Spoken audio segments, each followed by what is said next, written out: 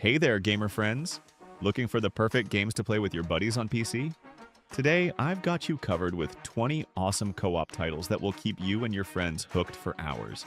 From action-packed shooters to fun party games, there's something here for every taste. So grab your teammates, get comfy, and let's dive into this list of must-play co-op games. Repo. Let's start with a game that was pretty much impossible to miss due to the recent hype when everyone was playing and streaming it. If we're being short and sweet, this is basically another Lethal Company clone. But a pretty successful one, so let's break it down. Here's the deal. It's good old cooperative horror where you and up to 6 friends explore abandoned locations, grab valuables, and dodge all sorts of nasties like gnomes, clowns, and even killer ducklings. Usually you're hauling items like pianos or fragile figurines with a gravity gun, and if you drop them, well, say goodbye to your cash. By the way, monsters also follow Newton's laws, so you can and should throw boxes at them, build barricades, or even run them over with a truck before they catch you. What's more, you can mess with not just monsters, but your friends too. Throwing a buddy in a toilet and flushing them is literally the basics of this game. I'm sure everyone who's played has done it. But what personally cracked me up was the funny facial animations and character models. When someone talks in voice chat, it looks absolutely hilarious. So if you're not scared of another simple Unity graphics game, I definitely recommend checking it out. Elden Ring Night Rain. This is a standalone adventure in the Elden Ring universe.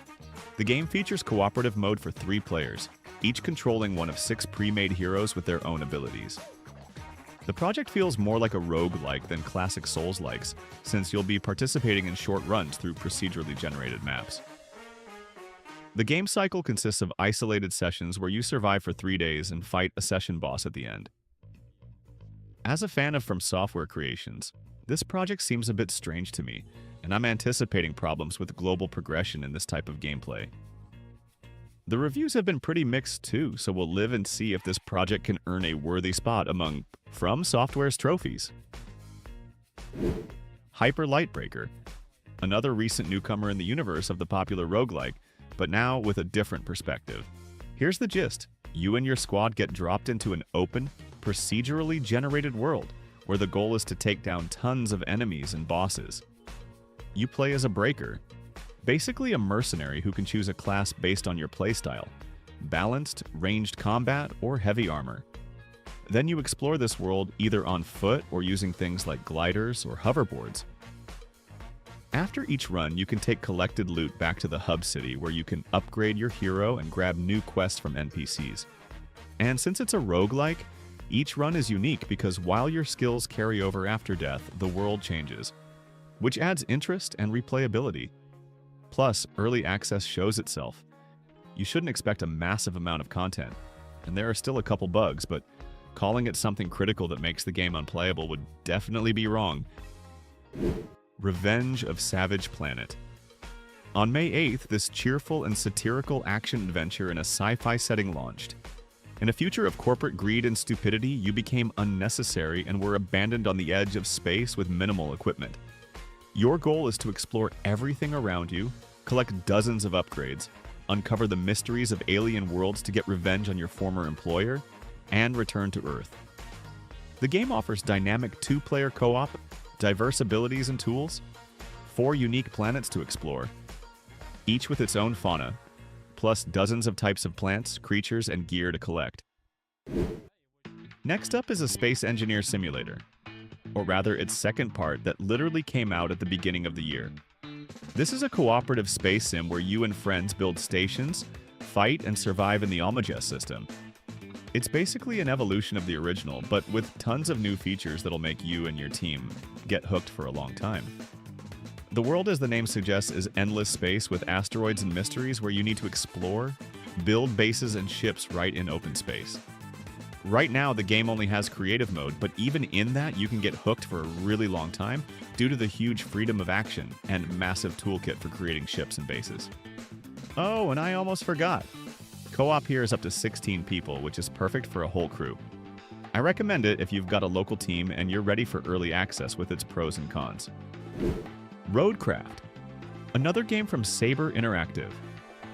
This time you'll play as the head of a company that specializes in restoring areas affected by natural disasters. Using your machinery to restart local industry, clearing territory, reconstructing roads, bridges, and other structures. What will you be doing? Clearing debris, repairing roads and bridges, restoring factories, replacing equipment, launching logistics, planning routes for resource and machinery delivery, landscape design, forest clearing, and organizing power supply. The game features an impressive vehicle fleet with more than 40 types of machines: bulldozers, cranes, tractors, asphalt pavers, and more.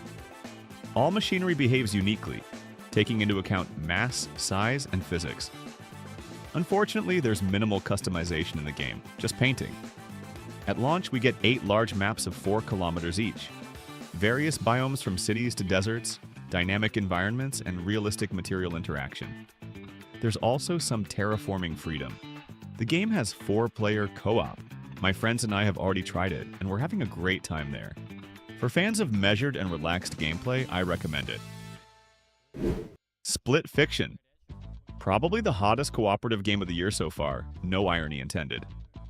Yeah, this is a brand new game from the same developers who gave us the legendary A Way Out and the equally awesome It Takes Two, so they definitely know their way around good co-op games. The concept here is the same in terms of gameplay, meaning you can only beat the game with 2 people, either on the same PC or online, whatever works for you. The story setup goes like this. It's the distant future, and the story tells about 2 girls who are writers. One writes about dark sci-fi futures, the other about fairy tale fantasy, and it turns out both settings get combined. Your task is crystal clear. Find a way out of the situation by helping each other out. What makes the game special isn't just the decent story, but the variety, and that applies to both locations and situations you'll find yourself in. Throughout your playthrough, you'll encounter tons of different events. Good old puzzles with platforming, all the way to motorcycle races, dragon rides, and boss battles. Basically, you won't get bored. And duration-wise, the game isn't small. You're looking at about 15 hours for sure. So if you're looking for a new story-driven co-op game, you definitely shouldn't skip this project. Cybercorp, a brutal cooperative looter shooter. Events take place in 2084. You take on the role of a Cybercorp employee, and remotely controlling a combat shell will be bringing order to city streets. The game offers a flexible progression system through a card-based weapon and armor upgrade system, procedural level generation with diverse locations, slums, factories, laboratories, elite residential complexes, various tasks from defending objects to hacking security systems, plus multiplayer that includes both playing with friends and a matchmaking system. The Headliners. This is another extremely fun co-op horror that came out early this year and managed to grab a decent chunk of online players on Steam. The concept is basically the same. Here, you'll either go solo or team up with up to 4 people to explore a destroyed city, photograph alien freaks, and survive to make it to the front pages. Yeah, it's kind of a mix of Lethal Company and last year's content warning, which only benefited the game. Each team member is a journalist with a unique style. One plays it safe, another gets right up in monsters' faces, and everyone screams when someone gets in trouble. The whole gameplay is basically land in the middle of the street, find an entrance to a building, and photograph monsters inside. You get more points for colorful and unusual photos. For example, a photo of a regular monster doesn't give many points, but if the creature is tearing off civilians' limbs or became another monster's victim, the game will generously reward you with bonus points for such shots, meaning more money to buy different items. But photographing isn't enough. You still need to run to the evacuation point. Oh, and I almost forgot. If you're playing in a group and your journalistic colleague dies, you can pick up their camera and carry it to the exit so you don't lose their photo points. Railgods Hysterra, a game that offers us cooperative adventure for up to 5 players in a world of Lovecraftian horror, where you need to control a monstrous train, create weapons, and build a mobile base. Your Railgod isn't just a machine, but an intelligent locomotive with ancient life pulsing through it. It thirsts for your enemy's flesh, so to continue the eternal journey, you need to bring it a couple bloody sacrifices. This colossal wheeled fortress is more than just shelter. The train becomes your main weapon against the unspeakable horrors of Hysterra. Upgrade your Railgod with special cars, step by step assembling your mobile refuge where each car offers strategic advantage. Gather resources, unlock ancient knowledge, and battle otherworldly monsters. But don't forget to monitor your health, hunger, and sanity levels. Door Kickers 2. Recently, a gorgeous tactical isometric shooter that you can also play cooperatively just came out of early access, but let me explain everything step by step. I should clarify right away that this game isn't exactly a shooter in the traditional sense. It's more like an RTS, or real-time strategy set in the Middle East counterterrorism world, as these games should be. The task is simple, playing in a group of up to 4 people. You need to eliminate bad guys, but not in the usual way like in Ready or Not. You need to think ahead and plan everything out. Battles happen in real time, but with pauses where you give orders, change tactics, and bite your nails while your guys charge into the fire. The latter consists of several special forces groups, each suited for specific terrain types and conditions. For example, some work perfectly in stealth at night, while others excel at daytime assaults. And yeah, obviously choosing your arsenal before each mission matters. The game has plenty of missions, both story ones with a full of simple storyline, and just various operations. Not to mention tons of community content from Steam Workshop where you can find lots of interesting maps, so there's definitely room to explore. Schedule 1. Many people have already described this next game as cooperative Breaking Bad, and not without reason. The game's concept is exactly that. You and up to 4 people in co-op need to manufacture, let's say, a prohibited product. You start from the bottom, cooking in your RV home on wheels, exactly like in the show, but not for long since competitors literally burn it down at the beginning, and you'll have to not only get revenge, but take over the whole city. The latter is actually your open world where you'll find new clients and actively sell your product. It needs to be made strictly according to recipe, and ingredients cost money, so it's not that simple. What's more, distribution is complicated by police and cartels who aren't too happy about your presence, which adds interest to the gameplay. Right now, the game has absolutely massive online numbers on Steam, and in my opinion, it's totally deserved. Plus, not long ago the developers released a roadmap that shows the game will become even more detailed and interesting in the future. So if for some weird reason you haven't played yet, I strongly recommend fixing that. Sworn. Getting back to roguelikes, this game is worth mentioning too. It's basically Hades but with co-op for friends. The concept is pretty simple. You get thrown into a dark version of Camelot to overthrow the corrupted King Arthur and his knights. You control one of 4 characters, each with 4 weapon and spell variants for different player styles.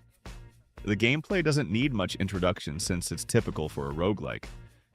Explore different locations, fight both regular enemies and occasionally pretty tough bosses while combining abilities and blessings to get the right build. And there are tons of those here. Right now, the game's in early access and can keep you busy for 20 to 30 hours, but full release should happen by the end of summer, so keeping you posted. And yeah, I can't help but praise the visuals. They're really beautiful here. Even though it's strong graphics, it looks wonderful. So yeah, typical cooperative roguelike, and there are already plenty of those. For those who like this kind of thing, I recommend giving it your attention. Big Helmet Heroes. If you've been missing good old beat-em-ups that you can play co-op with a friend or family member, something really nice in this genre just came out called Big Helmet Heroes. The game's name basically speaks for itself. You play as knights in big helmets. You'll be running around various worlds with the simple goal of saving a princess. The latter, by the way, doesn't mind chopping someone up herself. There are 29 heroes to choose from a warrior with a shield to a monk with magical fists, each with their own superpower like explosive strikes or laser beams. Unfortunately, you can only play 2-player on the same PC. There's no online co-op, which in my opinion is a pretty significant minus for those who can't get together in person. The gameplay is extremely typical for beat-em-ups. Go from point A to point B while beating up groups of enemies, using not only well-designed combat with nice animations, but also the environment on different locations, like blowing up barrels or pushing enemies off cliffs. Visually, the game is very pleasant and gameplay-wise too. Definitely worth getting hooked for a couple evenings. Myrmidon. Story-driven co-ops are rare, and when a game is also given away free on Steam, that's absolutely unheard of. But we got lucky. This is exactly that case. In short, it's a cooperative puzzle platformer inspired by stop-motion animation, where you play as a pair. One is an animator who spins the scenery, and the other is a puppet who jumps on that scenery. Funny thing is, the game was made by students from France, and for a first project, it's pretty good in my opinion, though there are rough spots too. The gameplay is puzzles and platforming, where you and your buddy figure out how to complete levels full of spikes, chasms, and moving walls. By the way, like the game above, there's no way to play it solo. Only in co-op with someone. The story is basically there for show. Don't expect any major revelations. In short, the animator and puppet are looking for something like the meaning of their connection, but it's more about atmosphere than drama. For a free game, it's really good, but considering it was made by inexperienced students, the game has poor optimization and bugs, so keep that in mind if you decide to check it out. Steam reviews are currently more mixed than positive. Aloft. There have been very few new survival games with co-op and open world this year, and the only more or less decent one you can play with friends is Aloft. Yeah, this is a game with a somewhat unusual world, consisting of flying islands infected with local fungal plague that you need to clear to restore ecology. Following survival classics, you play as a survivor who gathers resources, builds bases, and turns islands into ships with sails and steering wheels that you can take with you when jumping into a friend's world. Co-op here is up to 8 people, so if you want, you can gather a whole crowd of friends if you have them. And as survival games go, in a team each of you takes a role. One chops trees, another brews potions. The third screams, "Where's my bed?" Zrenia, and the fourth has already fallen off a cliff. Basically, total basics and foundation. The gameplay is co-op with building and survival. You collect seeds, clean islands of fungi, build houses, and fly on gliders until you run into a Leviathan boss. Basically a giant turtle with mushrooms on its back that you need to heal. Plus, the game has a very pleasant if simple visual style. Definitely recommend checking it out if you have a group of friends to dive into this thing together. Drive Beyond Horizon. A game that could be a great alternative to The Long Drive, though pretty unknown. Basically, this is a game where you either solo or with up to 4 friends build an old junker in the garage, usually just an old regular car, and set off on a journey through a post-apocalyptic world. There aren't really any side quests or other interesting activities in the game. Usually you just need to drive from point A to point B. Along the way, you can search different locations for supplies, food, gas, oil, weapons, and obviously repair your car. Replace its engine, radiator, doors, bumpers, wheels, and so on. You can actually find a new car too, and if you're lucky, you can fix it up and use it as a second or even third vehicle in your journey. One thing though, I recommend turning on music separately, meaning your personal playlist, since the game doesn't have much of a soundtrack and driving in silence will be boring. Plus, while you can build a car from scraps, you should understand that the game itself is built similarly. Optimization is so-so, and there are plenty of bugs right now, though this didn't stop the game from getting 1,000 positive Steam reviews. Dark Souls with a co-op mod. This is a somewhat non-standard game for today's selection, since the original doesn't have co-op, but everything changes once you install a fan modification that recently came out on Nexus and lets you complete the game fully in co-op with a friend or friends. For example, if solo playthrough is too difficult. Yeah, it's not official co-op, and the game isn't new, but playing through it with a friend is a completely new experience. The main feature of this mod, unlike other similar ones, is that it's completely seamless. You can now fully complete the game with friends from tutorial to final boss. Player death or boss kills no longer interrupt the session like before. There's also full progress synchronization and the ability to play co-op with up to 6 people, so now you don't have to suffer alone. A whole party of friends can suffer together. Oh, and I almost forgot. This mod works with the remastered version of Dark Souls. Sniper Elite Resistance. Yeah, another game in the Sniper Elite series. I think it's the 6th one if memory serves. so the basic concept remains the same.